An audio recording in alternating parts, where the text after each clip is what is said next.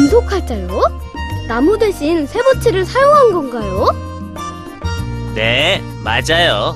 금속 활자는 금속을 녹여서 만들어요. 이렇게 벌집을 녹여서 나온 밀랍으로 밀랍자를 만들고요. 글자본을 뒤집어 붙인 다음 글자 모양대로 한자 한자 볼록하게 깎아요. 이걸 밀랍 활자라고 해요. 밀랍 활자는 이렇게 연결한 다음 황토와 모래를 반죽해서 감싸 바르고 잘 말려서 불에 구워주죠. 그럼 밀랍이 녹아 없어진답니다. 밀랍이 녹은 주형에 금속을 녹여서 넣고 단단히 굳힌 다음 흙으로 만든 틀을 깨트리면 우와, 글자가 보여요. 정말 멋지네요.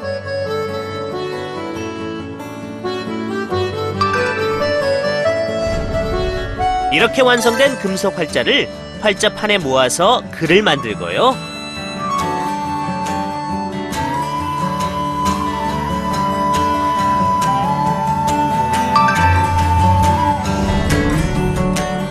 움직이지 않게 밀랍을 부어서 붙이면 금속 활자판이 완성된답니다.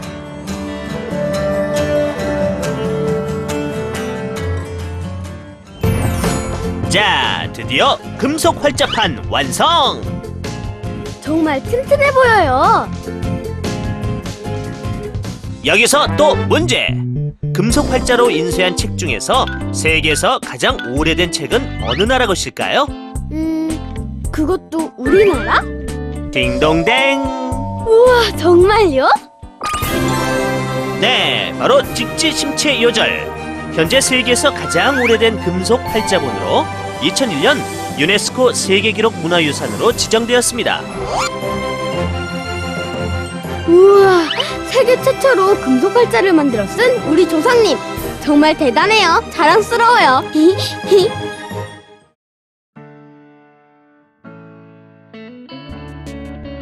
EBS 교육방송에서 제작한 금속 활자의 제작 과정과 활자판을 만들기까지의 방법을 살펴보았습니다. 이미 13세기경에 세계 최초로 발명되어 쓰이기 시작한 금속 활자는 조선 초기 이후 더욱 개량되어 개미자, 경자자, 갑인자 등이 차례로 주자소에서 주조되었다. 그 중에서 특히 갑인자는 글자 모습이 아름답고 인쇄하기에 편하게 주조되었을 뿐 아니라 활자가 20여만 개나 되어 가장 우수한 활자로 꼽힌다.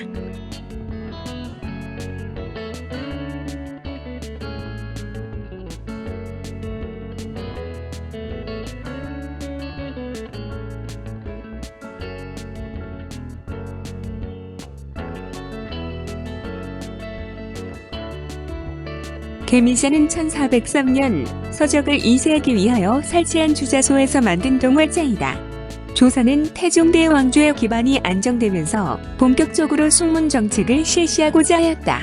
이를 위해서는 학문 권장의 차원에서 세계 인쇄가 필요하였으므로 1403년 2월에 주자소를 설치하여 인쇄에 쓰일 활자를 주조하도록 하였다.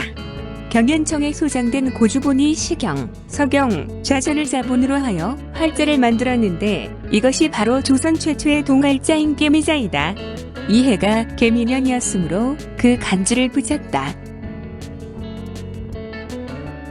1410년 2월부터 주자소에서는 개미자로 책을 찍어 문헌을 보급하였다.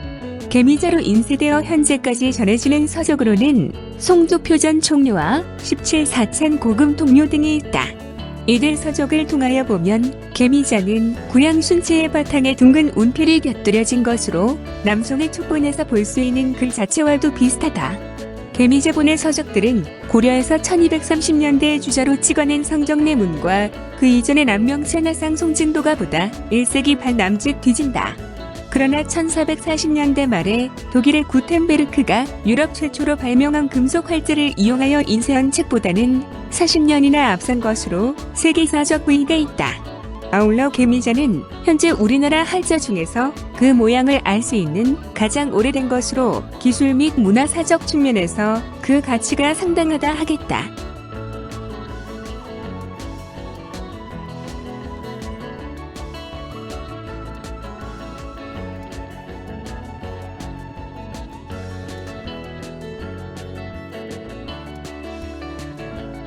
경자자는 조선시대에 주조된 금속 활자 중 개미자에 이어 두 번째로 오래된 활자이다. 1420년 세종 2년에 이천, 남극 등의 주도 아래 주자소에서 만들어졌다. 이 활자를 사용해서 찍은 인본을 경자자본이라고 칭한다. 굴자본은 경연청에 소장하고 있던 고주본, 시경, 서경, 좌세전을 토대로 하였고 약 7개월간에 걸쳐 활자가 완성되었다. 주조 기술과 조판 기술이 개미자에 비해 개선되기는 했지만 인출할 수 있는 양이 20여 장에 불과했고 글자가 작아 열람하는데 어려움이 있었다. 이에 세종께서 주조한 글자가 크고 바르지 못하므로 경자년에 다시 주조하니 그 모양이 작고 바르게 되었다. 이로 말미암아 인쇄하지 않은 책이 없었다. 이것을 경자자라 했다. 1434년 세종 16년에 세종이 경자자의 단점을 보완하여 새로운 활자를 주조하도록 했는데 그 활자가 바로 조선시대에 가장 많이 사용했던 가빈자 계열의 금속 활자의 하나인 초주가 빈자이다. 그러나 원나라의 예사이가 집석한 중형주자 홍문의 원나라 판본을 1371년 공민왕 진주목에서 가능해낸 번각본의 글 자체와 비교해보면 아주 흡사하다. 이러한 글 자체는 남송 때 쓰여지기 시작하여 원나라 때 성행되고 드물게는 명나라 초기까지의 간본에서 볼 수 있다.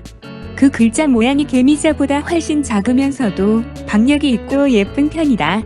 경자자의 주조 계량에 관하여는 세종실록에 앞서 주조한 개미자는 주조가 정교하지 못하여 조판용 동판에 밀랍을 깔고 그 위에 활자를 놓은 다음 녹여고 착식해 인쇄하였기 때문에 인쇄 도중 자주 활자에 동요가 생겨 밀랍을 많이 쓰면서도 능률이 오르지 않았다.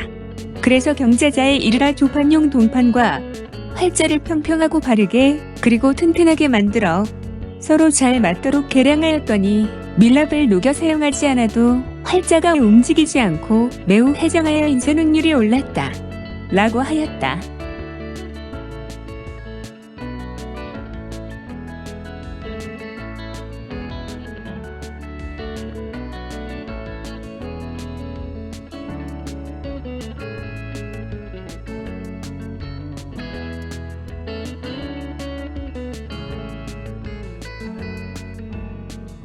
가빈자는 조선 세종 16년인 1434년에 세종대왕이 기존에 만들었던 경자자는 자체가 너무 가늘고 빽빽하여 보기가 어렵다며 1434년 감린년에 좀 더 큰 활자를 새로 만들라고 명하여 제작된 금속 활자이다.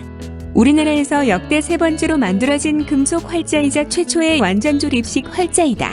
이천, 김돈, 김빈, 장영실, 이세형, 정척, 이순지 등이 2달 동안에 20여만의 큰 중자인 대자와 소자를 만들었다. 이 활자를 만드는데 관여한 인물들은 당시의 과학자나 또는 정밀한 천문기기를 만들었던 기술자였으므로 활자의 모양이 아주 애정하고 바르게 만들어졌다. 경자자와 비교하면 대자와 소자의 크기가 고르고 활자의 네모가 평정하며 조판도 완전한 조립식으로 고안하여 납을 사용하는 대신 증목으로 빈틈을 메우는 단계로 개량, 발전되었다. 그리하여 하루의 인출량이 경자자의 배인 40여 장으로 크게 늘어났다. 현재 전하고 있는 가빈자본을 보면 글자획의 필력이 악동이 잘 나타나고 글자 사이가 여유있게 떨어지고 있으며 판명이 커서는 늠하다. 또 먹물이 시커멓고 윤이 나서 한결 선명하고 아름답다. 우리나라 혈자본의 백미이다. 이와 같이 우리나라의 활자인 쇠술은 세종 때 가빈자에 이르러 고도로 발전하였으며 이 활자는 조선 말기에 이르기까지 6번이나 개주되었다. 뒤에 개주와 구별하기 위해 특히 초주가빈자라 하였다.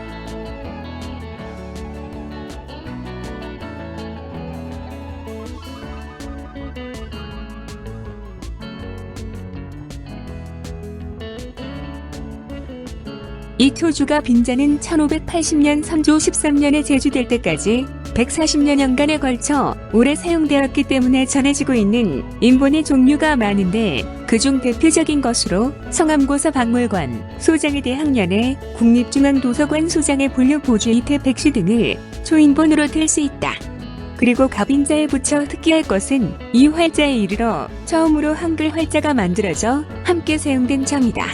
만든 해와 자체가 갑인자와 전혀 다르므로 갑인자병용 한글 활자 또는 처음으로 찍은 책의 이름을 따서 월인석부 한글자라 한다. 이 한글 활자가 언제 만들어졌는지는 정확히 밝혀지지 않고 있으나 수양대 군등이 세종의 명을 받고 1446년에 죽은 소헌왕후의 명복을 빌기 위하여 1447년 7월 석가모니의 일대기를 편찬하여 구격한 석부상절과 그것을 세종이 읽고 쥐었다는 국한문본 월인청강지곡이 이 활자로 찍혀졌으므로 세종 무렵에 만들어진 것으로 보인다. 갑인자 한글 활자는 획이 굵고 강직한 인서체인 것이 특징이며 세종이 우리의 글자를 제정하고 처음으로 만들어진 것인 점에서 그 의의가 크다. 초주갑 인자는 오래 사용하는 사이에 활자가 달코이 지워지고 부족한 글자가 생겨 1499년 연산군 온영성종실록을 찍어낼 때와 1515년 중종 10년에 보주가 이루어졌고 그 밖에도 수시로 목활자를 만들어 보충하며 선조 초까지 사용되었다.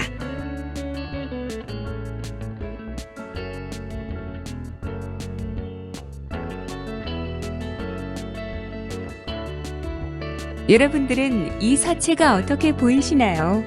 배열과 간격이 아주 일정하고 깨끗하며 현재의 프린팅 기술을 적용해도 이보다 잘 찍을 수 없을 것 같네요. 모범생이 기록한 책 내용을 보는 것 같습니다. 아주 바른 글씨체고 아름답습니다. 조선의 인쇄 기술은 이렇게 정교한 것입니다.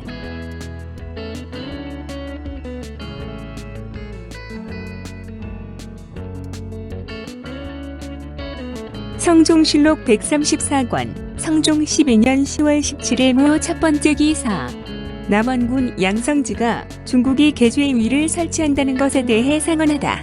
에서 인쇄 부분이 이상한 점이 발견이 되어 같이 살펴보도록 하지요.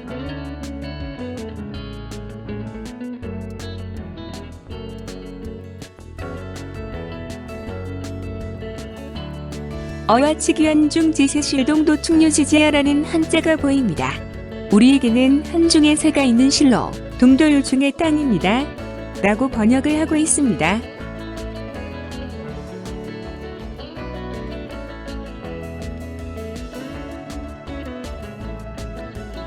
원문의 문장을 같이 자세히 보도록 하지요.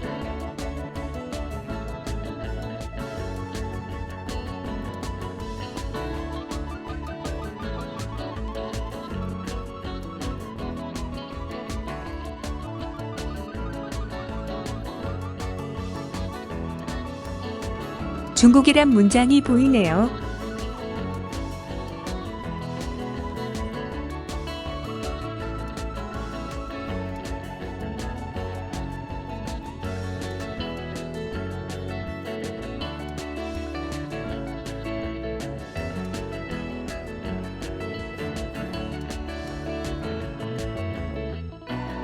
이상한 점을 못 느꼈는지요?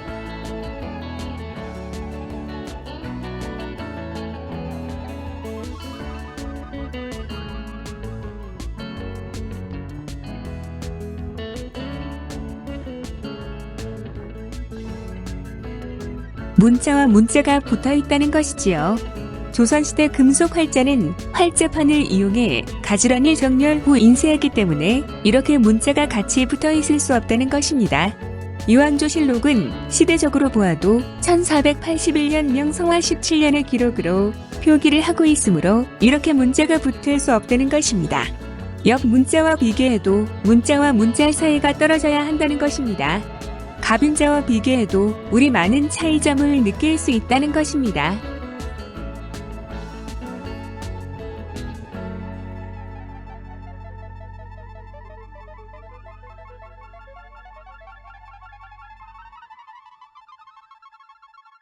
자, 우리는 또 다른 인쇄 기술에 대한 영상을 하나 더 보도록 하지요.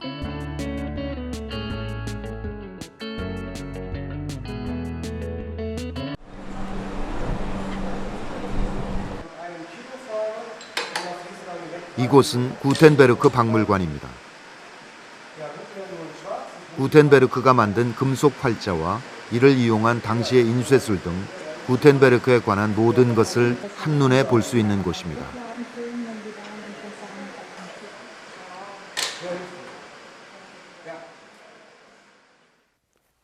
구텐베르크의 금속 활자. 그것은 그만의 독창적인 발명품이었을까? 그 해답의 실마리는 그의 초상화 속에 숨어 있습니다. 이분이 구텐베르크인데요. 입고 있는 의상을 눈여겨보시기 바랍니다. 중세시대 유럽의 의상이라기보다 어딘가 모르게 동양의 느낌이 묻어나지 않습니까?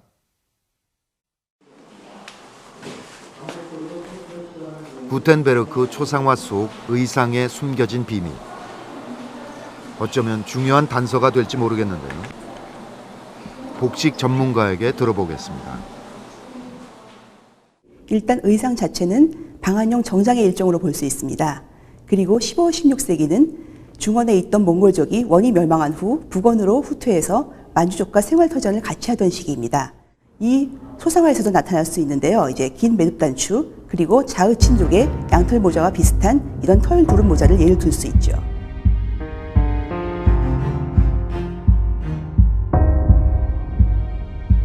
구텐베르크는 왜 동양의 의상을 입고 있을까? 그 이유가 꽤 흥미롭습니다. 당시는 선진 지식을 받아들이는 상징으로 그 문화권서의 옷을 입는 것이 유행했었습니다. 한 예로 중세 유럽의 유명한 신학자였던 마그누스 알베르투스가 아랍 복장을 입고 모임에 나타났다는 기록이 있을 정도입니다. 따라서 구텐베르크도 당시 동양의 선진 인쇄 기술을 받아들였다는 의미로 동양 의상을 입고 있었던 것은 아닐까요?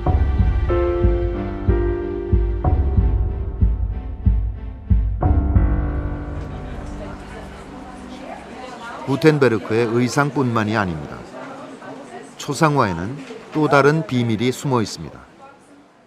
hat in der Hand auch Attribute, einmal einen Stempel und einmal einen Metallklotz, in dem Buchstaben eingeprägt sind.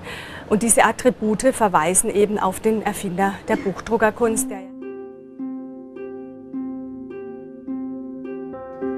구텐베르크의 인쇄술을 상징하는 손에 쥔 활자 주조 기구.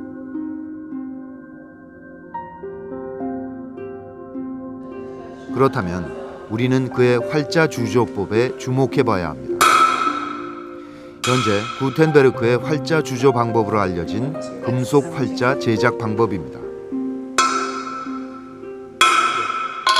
먼저 금속을 깎아 최초의 원형 글자인 아비자, 패트릭스를 만들고 이를 망치로 두드려 어미자인 매트릭스를 만듭니다. 그 다음 어미자인 매트릭스를 틀에 고정시킨 다음 단단히 고정시킨 주형 위에 이렇게 녹인 납을 부으면 아비자, 패트릭스와 똑같은 모양의 최종 금속 활자가 만들어집니다.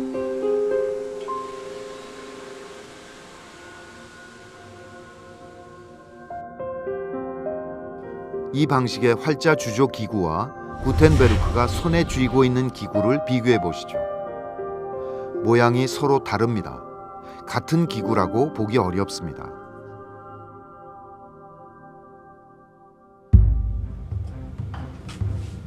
이번에는 흔히 주물사 주조법이라고 하는 고려의 금속 활자 제작 방법을 보시죠. 먼저 나무에 글자를 새깁니다.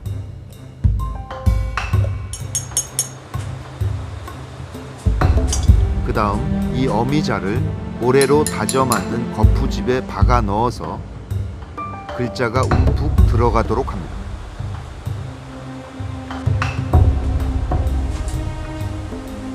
이제 거푸집 2개를 덮어 그 사이로 녹인 쇳물을 붓습니다. 그리고 쇳물이 식어 굳으면 가지쇠를 빼내 매달린 활자를 깨끗하게 손질하면 됩니다.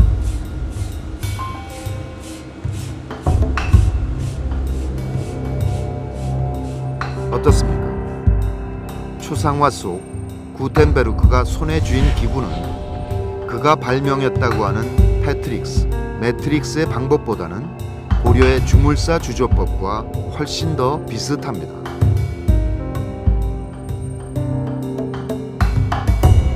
구텐베르크가 지금까지 알려져 있는 금속 활자를 주조하고 했던 그 매트리스나 패트리스 이 방법이 아닌 손에 들고 있는 방법이 마치 동양에서의 주물사 주조 방법과 같은 그러한 그림을 하고 있기 때문에 구텐베르크의 42행 성서도 우리 동양과 같은 방법으로 해서 활자를 주조해서 인쇄했을 것으로 이렇게 보여집니다.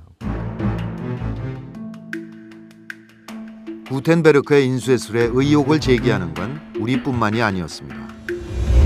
2001년 뉴욕타임스에 실린 역사는 구텐베르크에게 너무 관대하였는가라는 제목의 기사. 미국 프린스턴 대학교 연구팀의 연구 결과를 다루고 있는데요. 구텐베르크가 결국 이 새로운 과정을 창조하지 않았을지도 모른다고 말했는데 이는 인쇄 역사를 다시 쓸 수 있는 발견이라 할 수 있다. 구텐베르크가 활자를 만들기 위해 모래로 주형을 만들고 그 다음에는 납합금을 이 주형에 부었을 것으로 추측하였다. 이 모래 주형은 재사용될 수 없었기 때문에 구텐베르크는 주형을 다시 만들어야만 했을 것이며 그러므로 각각의 활자는 형태가 조금씩 달랐을 것이다. 우리가 주목해야 할 내용은 바로 지금부터입니다. 한국인들은 금속 활자를 만들기 위해 모래 주형을 사용해 왔으며 이미 최소 30년 이상 책들을 대량 생산해 왔다. 그렇다면 구텐베르크의 인쇄술이 고려의 금속 활자 주조법과 뭔가 연관이 있을 것이다. 이렇게 봐도 되지 않을까요?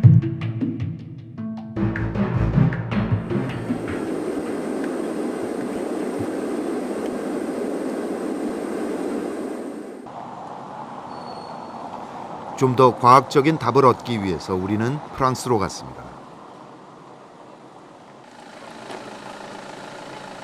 세계적인 대문호 괴테와 슈바이처 박사가 공부한 프랑스의 명문 스트라스부르 대학입니다.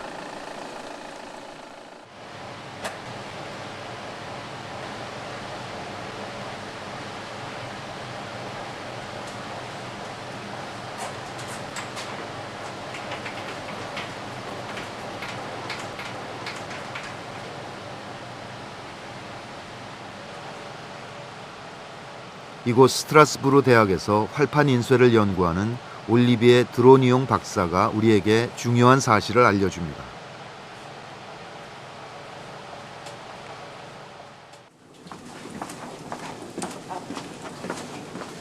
드로니옹 박사는 구텐베르크의 42행 성서는 독일에서 주장하는 활자 제조 방법이 아닌 고려의 주물사 주조법으로 만든 활자로 인쇄된 것이라고 주장합니다.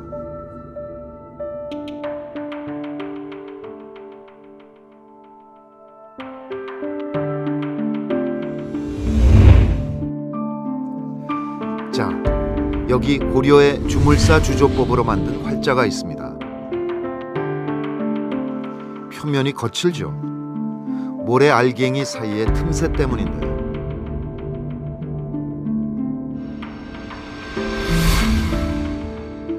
이렇게 주조된 활자로 인쇄를 하게 되면 인쇄물에도 역시 거친 흔적이 고스란히 남게 됩니다.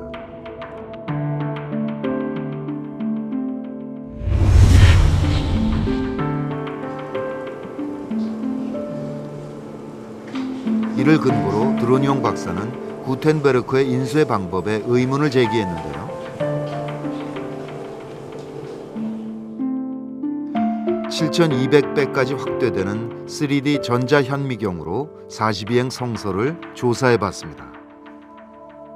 Et donc, on a agrandi à 6 ou 7 000 fois les impressions.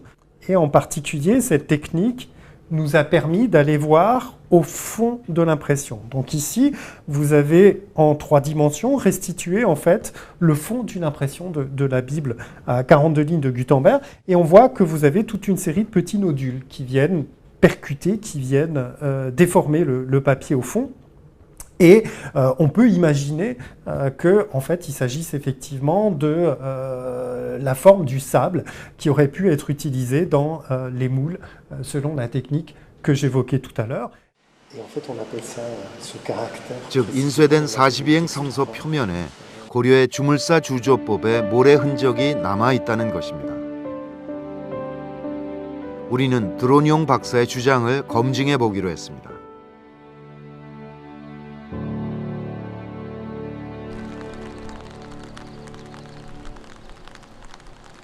오송 첨단의료복합단지 내 연구실.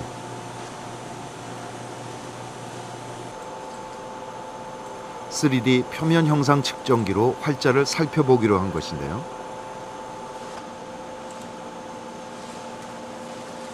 현재 구텐베르크의 활자 주조법으로 알려진 금속 주용으로 만든 활자와 고려의 주물사 제조법, 즉 모래 주용으로 만든 활자를 비교해 보기로 했습니다. 두 활자의 표면에 주목해 주십시오. 왼쪽이 구텐베르크의 활자, 오른쪽이 고려의 주물사 주조법으로 만든 활자입니다. 구텐베르크의 활자 표면은 매끈하죠. 반면 고려의 주물사 주조법으로 만든 활자의 표면은 거칠고 굴곡이 있습니다. 자, 이제 이 두 활자를 종이에 찍어서 인쇄한 글자의 표면을 조사해 봤습니다.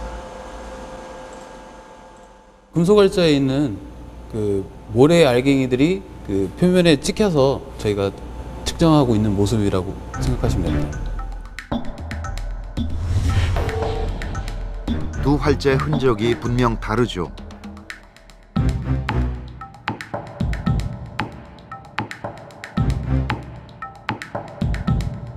(3D로) 살펴보니 고려의 주물사 주조법으로 만든 활자로 찍은 인쇄물엔 모래를 이용한 흔적이 남아 있습니다.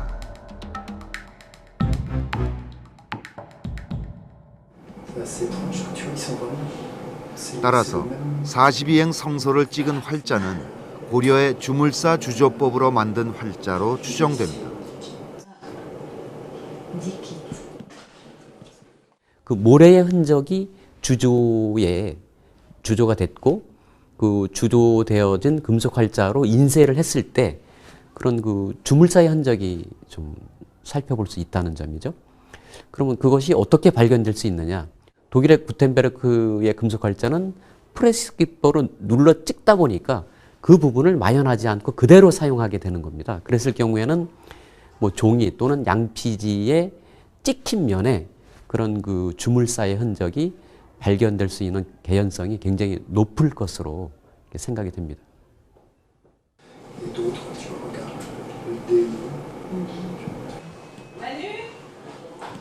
구텐베르크의 금속 활자는 주물사 주조법으로 만들어졌다? 얘기가 점점 흥미로워지는데요. 드론용 박사는 42행 성서 안에서 또 다른 증거를 발견합니다. 윗줄의 알파벳 A와 아랫줄의 A, 두 개의 A를 살펴보겠습니다. 윗글의 A는 활자 가장자리가 튀어나와 있습니다. 반면 아랫줄 A는 활자 주변이 매끈합니다. 같은 쪽에 인쇄된 서로 다른 모양의 알파벳 A. 이 두 글자의 차이가 말하는 진실은 무엇일까요? Ici des A et des E qui apparaissent sur la même page de la Bible à 42 lignes. En fait, en observant de manière tout à fait attentive ces différents caractères, on s'aperçoit qu'ils sont relativement différents les uns par rapport aux autres. Donc, et des différences en fait qui ne s'expliquent pas par l'usure du caractère. C'est bien des caractères qui ont été faits à partir de moules qui sont différents. 주물사 주조법의 모래틀은 다시 사용할 수 없기 때문에 활자 하나를 만들 때마다 새로운 모래틀을 만들어야 합니다. 그래서 같은 글자라도 활자의 모양이 조금씩 다를 수밖에 없습니다.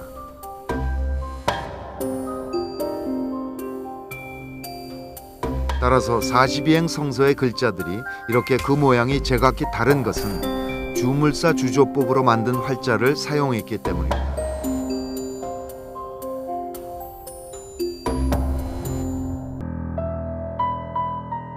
멀고 먼 유럽 이곳에까지 고려의 주물사 주조법으로 만든 활자가 남아있다는 것은 구텐베르크가 금속 활자 인쇄술을 성공시켰을 때 이미 유럽 사회에는 고려의 활자 제조술이 건너와 있었단 얘기는 아닐까요?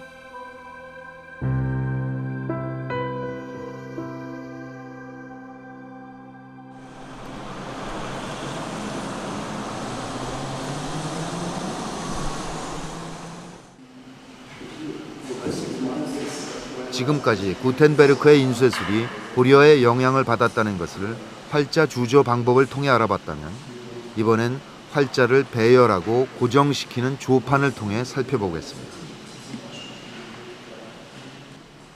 오래된 이 책 한 권. 스트라스부르의 출판업자 조앙 망틀랭이 1474년에 인쇄한 성서 용어 색인서인데요. 인쇄된 페이지 안에 특이한 자국 하나가 남아 있습니다. 활자를 배열하는 조판 과정에서 활자 하나가 쓰러졌는데 그것이 그대로 인쇄된 것입니다. 여기에 주목할 것은 활자에 뚫려 있는 구멍입니다.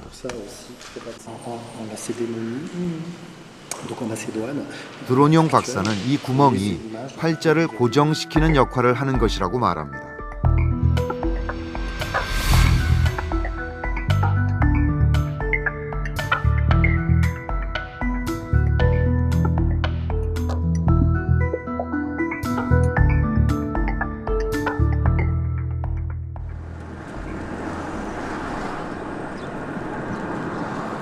그럼 우리의 조판법은 어떠했을까요?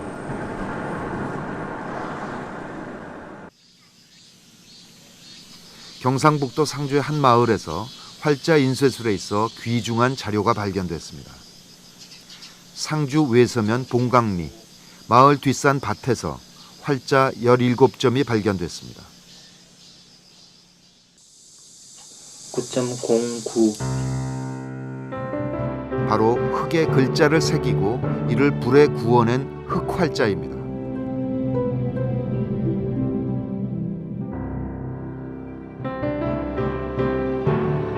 조선시대 민간에서 널리 사용되던 흙활자.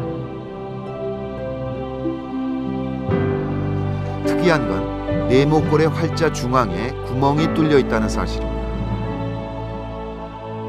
이렇게 끈으로 꿰어 고정시키기 위한 것이죠.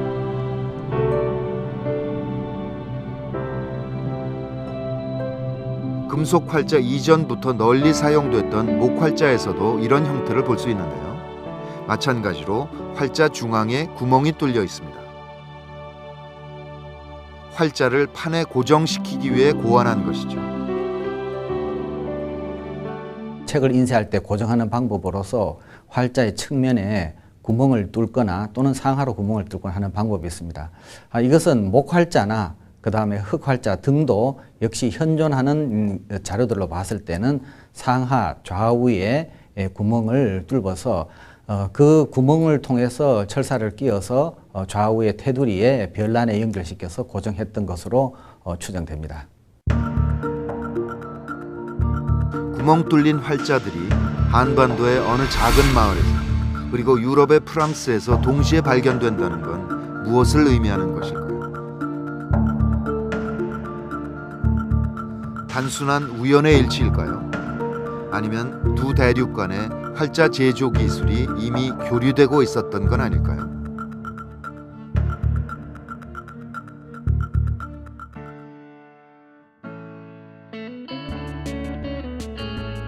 교류가 아니라 로마 가톨릭 성교사가 고려나 조선에서 기술을 배워간 것이다. 고도의 발달한 기술들은 직접 배우지 않고 그 기술을 습득하기는 어려운 법이다. 동양에서 서양으로 기술을 전파했다고 보아야 할 것이다. 서양은 세계사를 다 흔들면서 자신들이 개발한 것이라고 속이고 있는 것입니다. 조선왕조실록은 특정한 시기에 특정한 사람들이 의도적으로 기획하여 편찬한 역사서가 아니라 역대 조정에서 국왕이 교체될 때마다 편찬한 것이 축적되어 이루어진 것이다. 라고 국사편찬위원회는 밝히고 있다. 그래서 이 부분은 후대에 도장 찍듯이 새로 조작한 것이라고 보아야 할 것이다. 왕조실록도 과학적인 기법을 통한 여러 방법을 통해 진짜인지 검증을 해볼 필요가 있을 것이다.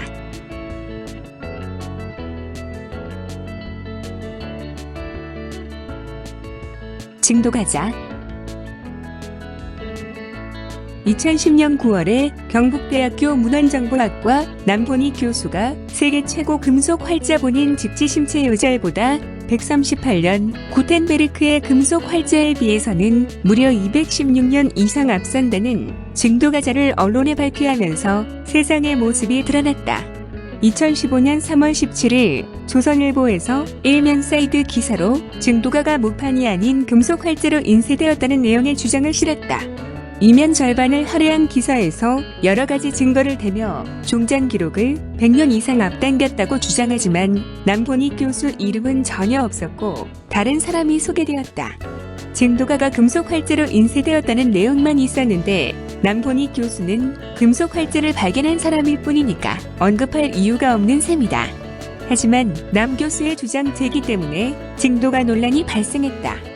증도가자 논란은 직지심체 요자를 만든 것으로 알려진 흥덕사가 있는 충북 청주시가 적극적으로 증도가자는 가짜이며 직지야말로 최고라는 공격을 펼치고 경북대 쪽의 증도가자 소유자 측은 증도가자가 현존 최고의 활자가 맞다는 입장을 주장하면서 본격화되었다. 문화재위원회에서 본격 조사에 착수했다. 그리고 문화재연구소의 발표에서 증도가자가 진품일 확률이 높다라는 발표가 나오면서 직지를 밀고 있는 청주시를 중심으로 한 학계에서는 난리가 났었다.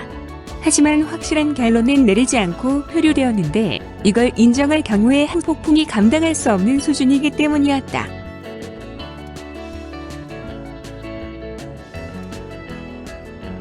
증도가자는 고미술상 김종춘 씨가 소장해온 시대 출처 미상의 예금속 활자 컬렉션이다. 증도가자는 13세기 고려시대에 펴낸 불교서적 남명천하 상송증도가를 인쇄할 때 썼다는 주장이 나온 금속 활자다. 현재 국가보물로 지정된 3종의 증도가는 지금은 전하지 않는 금속 활자 원본의 내용을 후배 목판으로 다시 찍은 복각본이다. 지금까지 세계 최고로 공인된 금속 활자본은 1377년 간행된 직지심체 요절 프랑스 파리 국립도서관 소장이다. 증도가자가 진품으로 확정되면 직지심체 요절의 활자보다 138년 이른 세계 최고의 금속 활자가 된다. 소장자 김 씨는 증도가자를 2010년 9월 세계 최고 금속 활자라고 주장하며 언론에 공개한 뒤 이듬해 국가지정문화재 지정을 신청했다. 그러나 증도가자로 찍은 원본이 존재하지 않아 활자의 입수경위, 제작지 등을 놓고 진위 논란이 불거졌고 2015년 6월 문화재위원회 결정으로 고려금속 활자 지정조사단이 꾸려져 지금까지 전문가 조사를 진행해왔다. 2017년 4월 13일 세계 최고 금속 활자 논란을 빚고 있는 청주 고인슈 박물관의 이른바 증도가자가 가짜로 밝혀졌다. 문학의 화무군 숙제였던 증도가자 진위 논란이 7년 만에 일단락됐다. 국가지정문화재인 보물로 지정하기에는 불충분하다는 최종 결론에 이르렀다. 신청활자로 찍었다는 주자본을 번각한 증도가 서체 글자와의 유사도, 분석 결과 글자의 모양, 각도, 회계 굵기 등에서 대조 집단인 임진자, 활자 복각본에 비해 평균 유사도는 낮고 편차 범위가 컸다. 무엇보다 금속 활자본 원본은 현재 남아있지 않아 정확한 비교가 어렵다는 점도 인정했다. 조작 판정의 이유는 출처와 유통 경로가 불명확한 점도 유력한 근거가 됐다. 소유자 김 씨는 애초 증도가자를 일본에서 입수했다고 밝혔지만 고미술업계에서는 중국 제작설 등이 떠돌면서 혼선이 빚어졌다.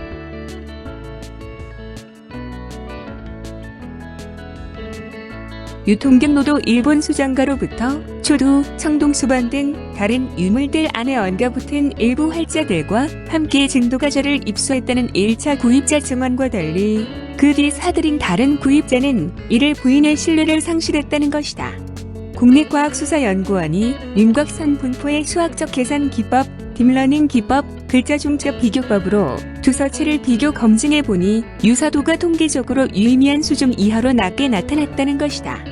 또 증도가자의 활자를 3개 유형, 홈형, 홈날개형, 네다리형으로 나눠 증도가 복각본 목판에 맞춰 짜 넣는 조판 작업을 벌인 결과 크기가 가장 작은 홈형 활자를 넣었을 경우에만 복각본의 광각 범위 안에 들어가는 것으로 나타났다. 증도가자 활자 크기가 홈형을 제외하면 증도가의 글자들을 찍는데 적합한 크기가 아니라는 뜻이다. 국과수의 금속 CT 결과 7개 활자의 가로와 세로 단면에서 외곽을 균일하게 둘러싼 또 하나의 단층이 추가로 포착됐다. 활자 안쪽과 밀도가 다른 물질이 외부를 둘러싸고 있는 것이다. 강태희 국과수 연구사는 금속 활자를 주조할 때는 안팎을 따로 만들지 않기 때문에 정상이라면 이처럼 균일한 이중 단면이 나올 수 없다며 금속 활자가 수백 년에 걸쳐 부식된 것처럼 꾸미기 위해 겉을 다른 물질로 감싼 것으로 보인다고 밝혔다. 실제 조사 결과 활자 내부는 구리 20에서 22%, 주석 55에서 56%인 반면 바깥은 구리 30에서 31%, 주석 47에서 49%로 나타나 안팎이 다른 물질로 구성되어 있는 것으로 밝혀졌다. 또 수와 반등 두 활자 뒷면에서는 땜질한 것 같은 흔적도 발견됐다. 이번 국과수 검증 결과에 따라 문화재청 산하국립문화재연구소의 부실 검증도 도마에 오를 것으로 전망된다. 국립문화재연구소는 연구 보고서에서 고인슈의 박물관의 7개 활자 중 증도가자가 3개, 고려 활자가 4개라고 결론 내는 바 있다. 문화재 전문가들은 국립문화재연구소가 이 보고서에서 역시 증도가자로 분류한 김종춘 보성고 미술대표 소유의 59개 활자에 대해서도 철저히 조사해야 한다고 지적한다. 당시 연구소는 김 대표가 보유한 101개 활자 중 59개를 증도가자로 분류한 바 있다. 이 활자들은 이번에 국과수에서 조사한 청주 고인슈 박물관 활자들과 같은 자형으로 분류됐고 출처도 같은 것으로 알려졌다. 동산문화재분권위원회는 증도가자로 지정 신청된 활자는 서체 비교, 주조 및 조판 등 과학적 조사 결과 증도가를 인쇄한 활자로 보기 어렵다고 밝혔다. 기존 한국지질자원연구원 등 3개 기관에서 진행된 4번의 방사성 탄소연대 측정과 관련해서는 시료 신뢰성에서 의문이 강하게 제기됐다고 전했다. 분석 기관과 분석 과정은 적절하나 충분한 시료가 확보되지 않았으며 3개 활자의 시료는 삼국시대 것으로 밝혀지는 등 연대 분포가 넓은 점을 지적했다. 문화재청은 증도가자는 아니지만 고려금속 활자의 가능성은 열려있다. 신청자와의 협의를 거쳐 청동초도 수번을 제출받아 분석하는 방법을 강구하겠다며 지금까지 확인된 증거 또는 자료를 뛰어넘는 고려금속 활자임을 증빙할 수 있는 자료가 확보될 경우 조사를 다시 진행할 계획이라고 밝혔다.